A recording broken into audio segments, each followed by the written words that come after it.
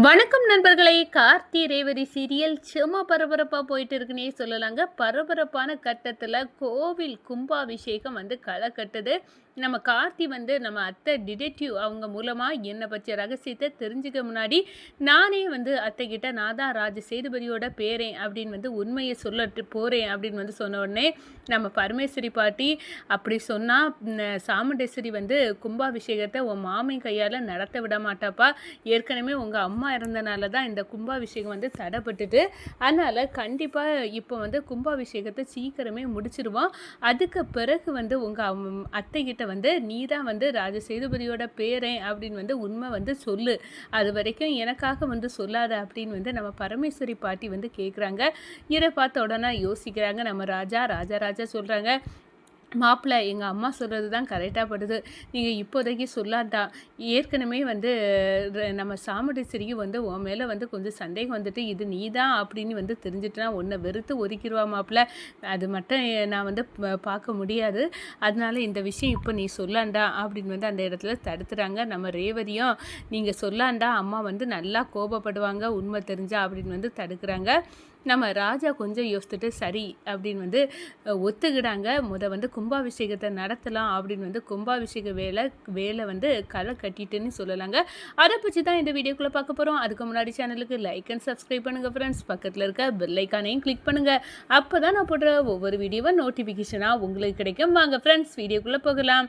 First எடுத்த உடனே பார்த்தோன்னா செம அதிரடியான பரபரப்பு கட்டினாங்க. ஹோட்டலில் நம்ம சாமுண்டேஸ்வரியும் அவங்க ஃப்ரெண்டு டிடெக்டிவையும் தெரிஞ்சவங்க சாக்காராங்க. அங்கே அதிகாரிகிட்ட விசாரிக்க சொன்னவங்கள நம்ம ராஜா அவங்களும் கால் பண்ணாங்க. ராஜா நீ சந்தேகப்பட்டது கரெக்டு தான். அது ஒரு பெரிய டிடெக்டிவ் சென்னையில் கம்பெனி வச்சுருக்காங்க. அவங்க போலீஸால் கண்டுபிடிக்க முடியாத கேஸை கூட கண்டுபிடிச்சிருவாங்க. உண்மையை தெரியல, அவங்கள விட்டால் அடிச்சுக்க ஆளே கிடையாது அப்படின்னு சொல்லுறாங்க. இதை கேட்டவுடனே நம்ம ராஜா நம்ம அத்தை நம்ம யார் அப்படின்னு விசாரிக்க தான் அந்த இவங்கள அனுப்பியிருக்காங்க. இவங்க கண்டிப்பாக உண்மையை கண்டுபிடிச்சி சொல்லிடுவாங்க. அதுக்கு முன்னாடியே நம்ம உண்மையை சொல்லிடணும். நான் தான் ராஜ சேதுபதியோட பேரன் அப்படின்னு சொல்லணும் அப்படின்னு அந்த இடத்துல நினைக்கிறாங்க நம்ம ராஜா.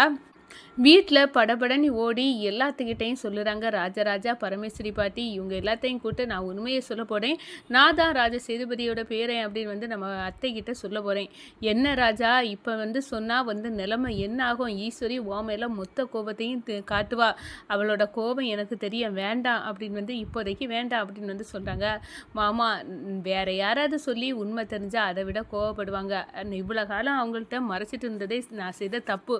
இப்போவாது உண்மையை சொல்லிடலாம் அப்படின்னு சொல்கிறாங்க. நம்ம பரமேஸ்வரி பாட்டி நீ உண்மையை சொல்லிட்டா உங்கள் மாமன் கையால் கோவில் கும்பாபிஷேகத்தை நடத்த விட மாட்டா இந்த ஈஸ்வரி. அதனால் கண்டிப்பாக நீ இப்போ சொல்லாத அத்தைக்கிட்ட கும்பாபிஷேகத்தை முடித்த பிறகு சொல்லலாம். கும்பாபிஷேகத்துக்கு என்ன எவ்வளோ நாள் வரும், அதுக்குள்ளே உண்மை கண்டிப்பாக தெரிஞ்சிடும். அது பிறகு கோவப்பட்டு வெறுத்து ஒதுக்க தான் செய்வாங்க.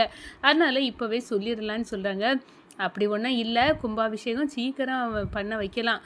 நம்ம கோயிலில் நான் அதுக்குள்ளே வேலைகளை சீக்கிரமாக செய்ய சொல்லேன் அப்படின்னு அந்த இடத்துல நம்ம பரமேஸ்வரி பாட்டி சொல்கிறாங்க. நம்ம ராஜா யோசிக்கிறாங்க. ரேவதி சொல்கிறாங்க ஆமாங்க இப்போ தெரிஞ்சால் அம்மா பயங்கரமாக கோவப்படுவாங்க. அதனால் வேண்டாம் அப்படின்னு சொல்கிறாங்க. சரி உங்களுக்காக நான் சம்மதிக்கேன் அப்படின்னு சொல்கிறாங்க. நம்ம ராஜா ஒரு ஐடியா பண்ணுறாங்க. அதோட அந்த கோயிலில் ஒருத்தங்களை சாமியாடி இந்த கோவில் கும்பாபிஷேகத்தை உடனே வைங்க அப்படின்னு சொல்லும்படியாக நம்ம ராஜா ஏற்பாடு பண்ணி செய்துறாங்க. அதோட அன்னைக்கே கோயிலில் எல்லாரும் சாமி கும்பிட நேரம் அந்த சாமி ஆட நம்ம ராஜா செட் பண்ணவங்க சாமி ஆடுறாங்க.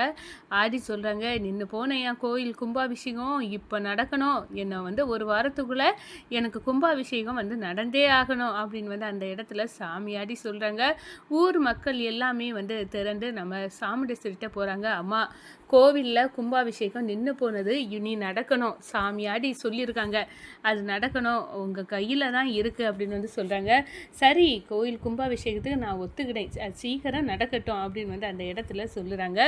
கோவில் கும்பாபிஷேக ஏற்பாடெல்லாம் ஜாம்னு நடக்குது. நம்ம சிவனாண்டி சந்திரகலா இவங்க முத்துவேலு இவங்க எல்லாம் இந்த கோவில் கும்பாபிஷேகத்தில் மறுபடியும் நம்ம ராஜா ராஜ சேதுபதியோட பேரன் அப்படின்னு நிரூபிக்கிறதுக்காண்டியே இப்போ நல்ல சந்தர்ப்பம் கிடைக்குது.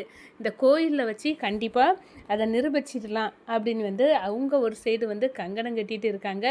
இந்த சைடு பார்த்தோன்னா நம்ம ரேவதி வந்து என் கணவர் கூட நல்லா ஜாலியாக இருக்கலாம் அப்படின்னு வந்து ரூட்டு போட்டேன்.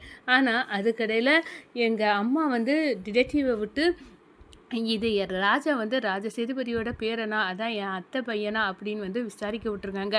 நம்ம அம்மாவுக்கு மட்டும் உண்மை தெரிஞ்சுனா அம்மா ராஜா கட்டின தாலியை வரை என் கழுத்தில் இருக்க விட மாட்டாங்க. அதை அறுத்து இப்போ போட்டுக்கிட்டு என் பொண்ணாட்டு என் கூட வா ரேவதி அப்படின்னு வந்து பிடிச்சி இழுத்துட்டு போவாங்க. அப்படிப்பட்ட முரட்டுத்தனமான அம்மா. இதெல்லாம் நாங்கள் எப்படி சமாளிக்க போகிறோமோ கடவுளே, என் கணவருக்கு நீ தான் உறுதுணையாக வந்து இந்த கும்பாபிஷேகத்தை எங்கள் அப்பா கையால் நல்லபடியாக நடத்தி தரணும் அப்படின்னு வந்து அந்த இடத்துல நம்ம ரேவதியை வந்து சாமி கும்பிட்டுக்கிட்டாங்க. நம்ம பரமேஸ்வரி பாட்டி ஜாம்னு இப்போ கும்பாபிஷேகம் நடந்து ஆகணும், என் மகன் கையால் இந்த ஊருக்கு கும்பாபிஷேகம் நடந்து நான் நல்லா இருக்கணும் அப்படின்னு வந்து சொல்கிறாங்க. கும்பாபிஷேகத்தில் மறுபடியும் அன்னதானம் எல்லாமே வந்து களை கட்ட ஆரம்பிச்சிட்டு இந்த சைடு பார்த்தா நம்ம துர்காவும் நவீனும் ஒரு ஹோட்டலில் போய் சாப்பிட போகிறாங்க.